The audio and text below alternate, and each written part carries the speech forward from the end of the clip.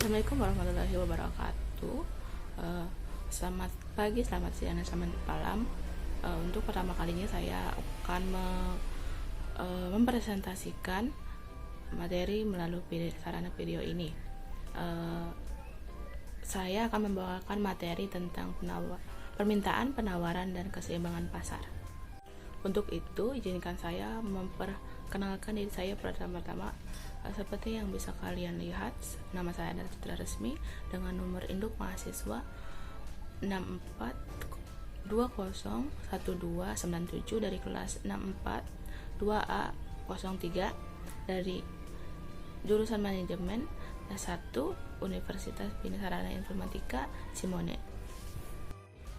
Nah, sekarang kita lanjut ke materinya. Berikut ini adalah poin yang akan saya sampaikan. Yang pertama ada teori permintaan, teori penawaran, teori keseimbangan pasar, dan ke-9 teori permintaan.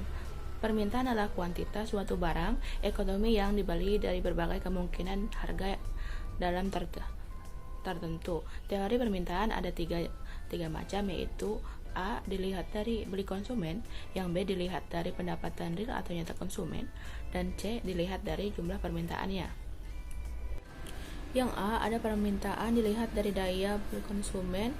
Yang pertama, permintaan efektif merupakan permintaan konsumen terhadap suatu barang dan jasa yang disertai daya beli atau kemampuan membayar.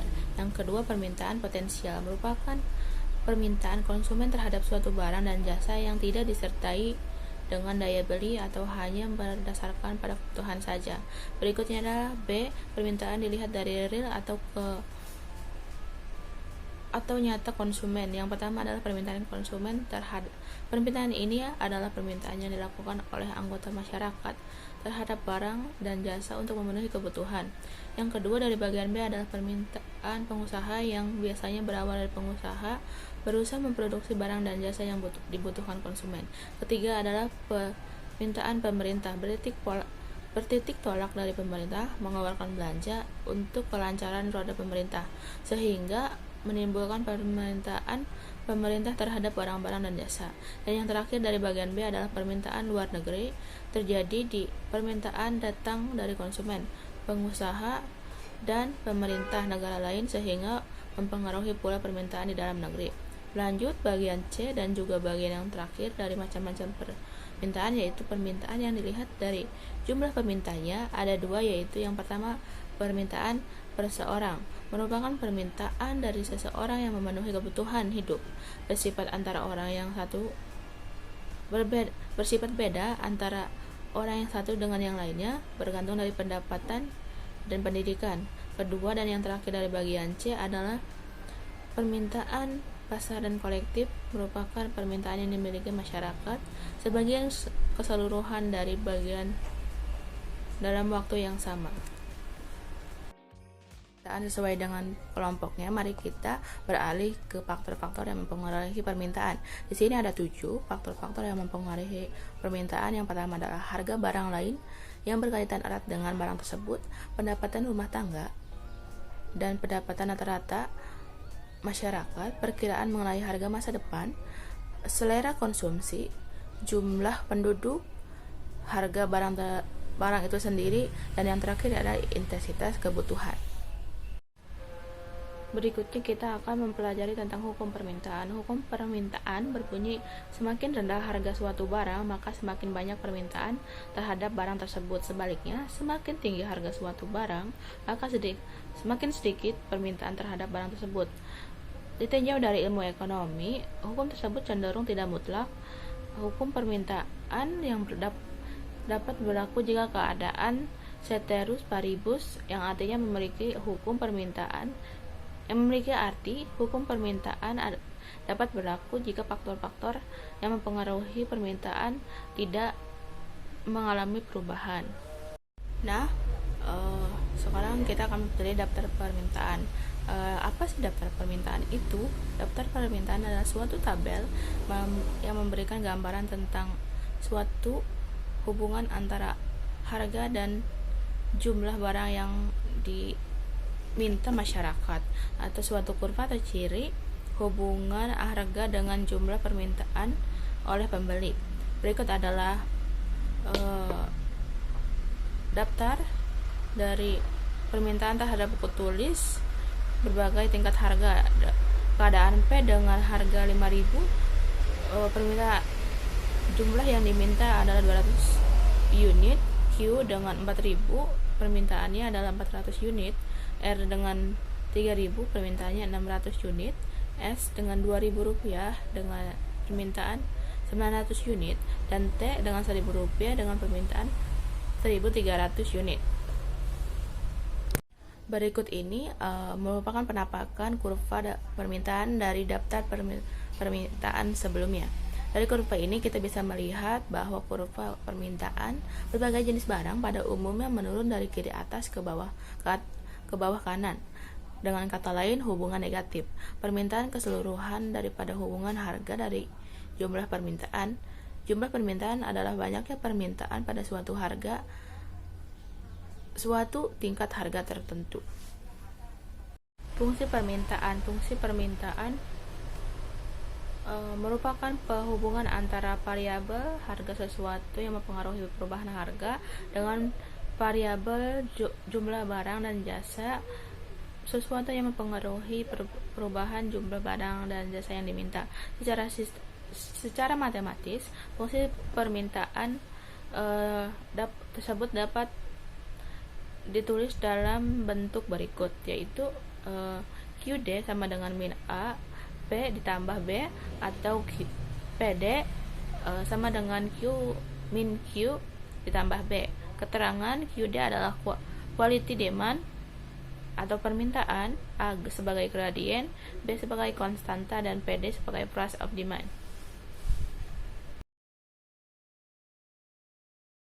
Teori penawaran memiliki dua artian. Yang pertama adalah dalam artian khusus adalah jumlah barang ekonomi yang ditawarkan pada harga dan waktu, dan dalam artian luas adalah jumlah suatu barang ekonomi yang tersedia untuk dijual di pasar. Sama dengan teori permintaan, teori penawaran juga memiliki faktor-faktor yang mempengaruhinya. Yang pertama adalah biaya produksi, yang kedua teknologi, yang ketiga keuntungan, yang keempat kebutuhan uang, yang kelima harga masa depan, yang keenam tujuan tertentu, ketujuh pajak dan subsidi, yang kedelapan jumlah perusahaan dalam industri, yang kesembilan perubahan harga barang lain, yang kesepuluh perubahan harga itu sendiri, dan yang terakhir adalah keadaan cuaca dan iklim.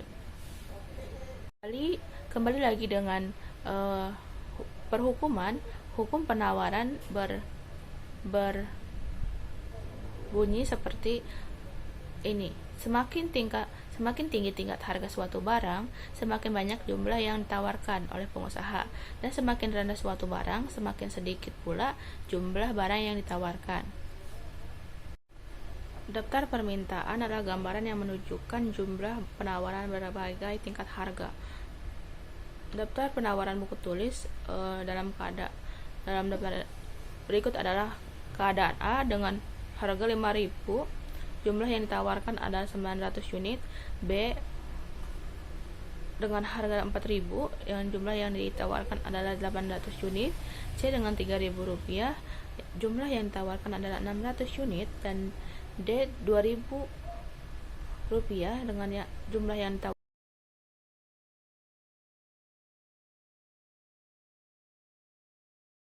Kurva permintaan adalah suatu kurva yang menunjukkan hubungan di antara harga suatu barang tertentu dengan jumlah barang yang ditawarkan. Berikut ini adalah contoh kurva dari daftar penawaran sebelumnya.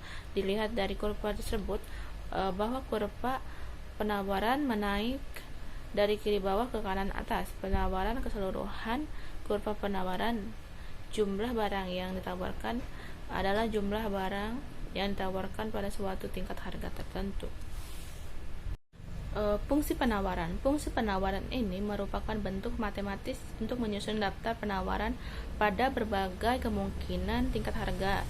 Bentuk umum fungsi penawaran adalah sebagai berikut, yaitu Q sama dengan AP dikurangi B. Contoh menggunakan daftar penawaran di depan adalah P1 sama dengan 2, Q1 sama dengan 0. P2 dikurangi 3, Q2 dikurangi min 4. 4 dalam kurung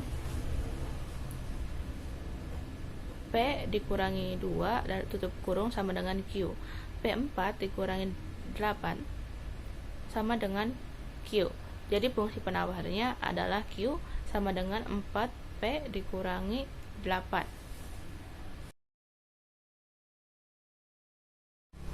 Keseimbangan harga pasar. Keseimbangan harga pasar merupakan harga yang terjadi sebagai akibat interaksi antara permintaan dan penawaran. Interaksi ini biasanya terjadi di pasar, maka harga keseimbangan disebut juga harga pasar. Di sini ada dua golongan, yaitu golongan pembeli dan penjual. Golongan pembeli juga terdiri dari 3, yaitu pembeli marginal, yaitu pembeli yang mempunyai tenaga beli sama dengan di atas harga pasar. Yang kedua, pembeli submarginal, yaitu pembeli yang mempunyai tenaga beli di atas harga pasar. Sedangkan yang terakhir, pembeli submarginal adalah pembeli yang mempunyai tenaga beli di bawah harga pasar. Pembeli ini biasanya tidak dapat ikut serta membeli barang. Dan yang B, golongan penjual. Penjual juga memiliki 3 macam, yaitu penjual marginal adalah penjual yang mempunyai harga pasar. Yang kedua, penjual super marginal, yaitu penjual yang mempunyai harga pokok di bawah harga pasar. Dan terakhir adalah penjual submarginal, atau yaitu penjual yang mempunyai harga pokok di atas harga pasar. Proses terbentuknya keseimbangan pasar. Proses terbentuknya keseimbangan pasar merupakan proses tarik-menarik antara kekuatan permintaan dan kekuatan penawaran atas barang tertentu. Contohnya, dalam suatu barang diketahui fungsi permintaan suatu barang adalah QD sama dengan min 4P ditambah 1100, dan penawarannya adalah QS sama dengan 6P dikurangi 150. Berapakah harga keseimbangan dari fungsi-fungsi tersebut? A. Mencari harga keseimbangan dari pasar. Harga keseimbangan terjadi jika penawaran sama dengan permintaan. B. Mencari kuantitas pada fungsi permintaan, QD sama dengan P tambah 1100. C. Mencari kuantitas dari fungsi penawaran, QS sama dengan 6P dikurangi 150. Penyelesaiannya, untuk A, mencari harga keseimbangan dalam pasar. Harga keseimbangan terjadi jika penawaran sama dengan permintaan. Jawabannya adalah min 4P ditambah 1100 dikurangi 6P dikurangi 150 dikurangi 10P sama dengan min 1250 P sama dengan 125. Untuk mencari jawaban B, jawabannya adalah QD sama dengan min 4 ditambah 1100 dikurangi sama dengan 4P dalam kurung 125 ditambah 1100 sama dengan min 500 ditambah 1100 sama dengan 600. Untuk mencari jawaban C adalah QS sama dengan 6P dikurangi 150 sama dengan 6 dalam kurung 125 dikurangi 150 sama dengan 750 dikurangi 150 sama dengan 600. Kesimpulan adalah teori permintaan dan penawaran itu seperti jungkat-jungkit. Ketika produksi naik dan permintaan tetap sama, harga barang akan turun. Demikian pula jika jumlah pesanan naik dan persediaan tetap sama, biaya barang akan naik. Hukum permintaan dan penawaran berarti bahwa jungkat-jungkit akan menemukan keseimbangan dari waktu ke waktu. Ketika ada perubahan permintaan atau penawaran, ini akan mengubah harga. Perubahan harga mempengaruhi permintaan dan penawaran, menciptakan keseimbangan dari waktu ke waktu. Nah, sekian dari presentasi dari saya. Semoga materi yang saya sampaikan dapat dicerna dengan baik. Maaf jika ada kesalahan dalam pengucapan. Terima kasih atas perhatiannya. Stay healthy and happy. See you next time. Assalamualaikum warahmatullahi wabarakatuh.